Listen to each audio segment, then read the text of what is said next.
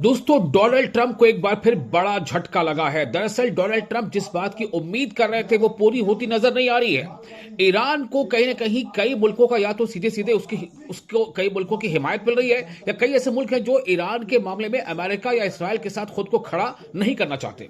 इसी में एक नाम है यूके यानी यूनाइटेड किंगडम का। यूके के जो प्राइम मिनिस्टर हैं कीर स्टारमर, उन्होंने सीधे तौर पर ऐलान कर दिया है कि वो यानी ब्रिटेन अपने ट्रूप्स, अपने फौजी ईरान वॉर के लिए नहीं भेजेगा। यानी ईरान से जंग लड़ने के लिए अमेरिका या इसराइल के साथ वो अपनी फौजी नहीं भेजेगा। और साफ तौर से कीर स्टारमर ने कहा है कि this war is not ours, ये हमारी जंग नहीं है। This is not our war and we are not going to get drawn into it, हम इसमें नहीं शामिल होंगे। स्टारमर ने यह भी कहा है कि UK is taking defensive action to protect British lives, British interest and of course our allies in the reason.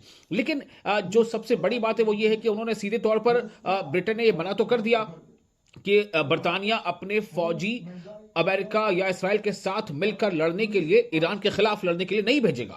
हम सीधे तौर पर इस जंग में शामिल नहीं होना चाहते।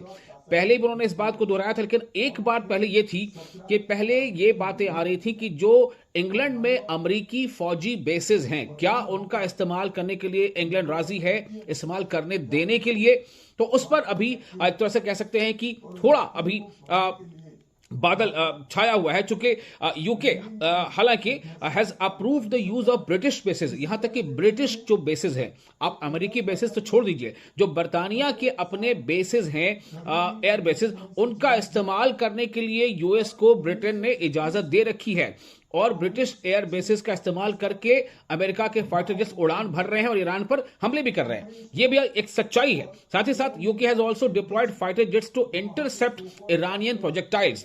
अगर कोई ईरान का प्रोजेक्टाइल जैसे ड्रोन वगैरह आता है तो उसको इंटरसेप्ट करने के लिए भी अपने फाइटर जेट्स को यूके ने तैनात कर रखा। लेकिन यूके का साफ तौर से यह कहना है कि ब्रिटेन वो कहना चाहते हैं कि हम सीधे तौर पर इस जंग में शामिल नहीं होंगे और हमारे ट्रूप्स, हमारे फौजी इस जंग का हिस्सा जो ईरान के खिलाफ लड़ी जा रही है, उस जंग का हिस्सा नहीं बनेंगे।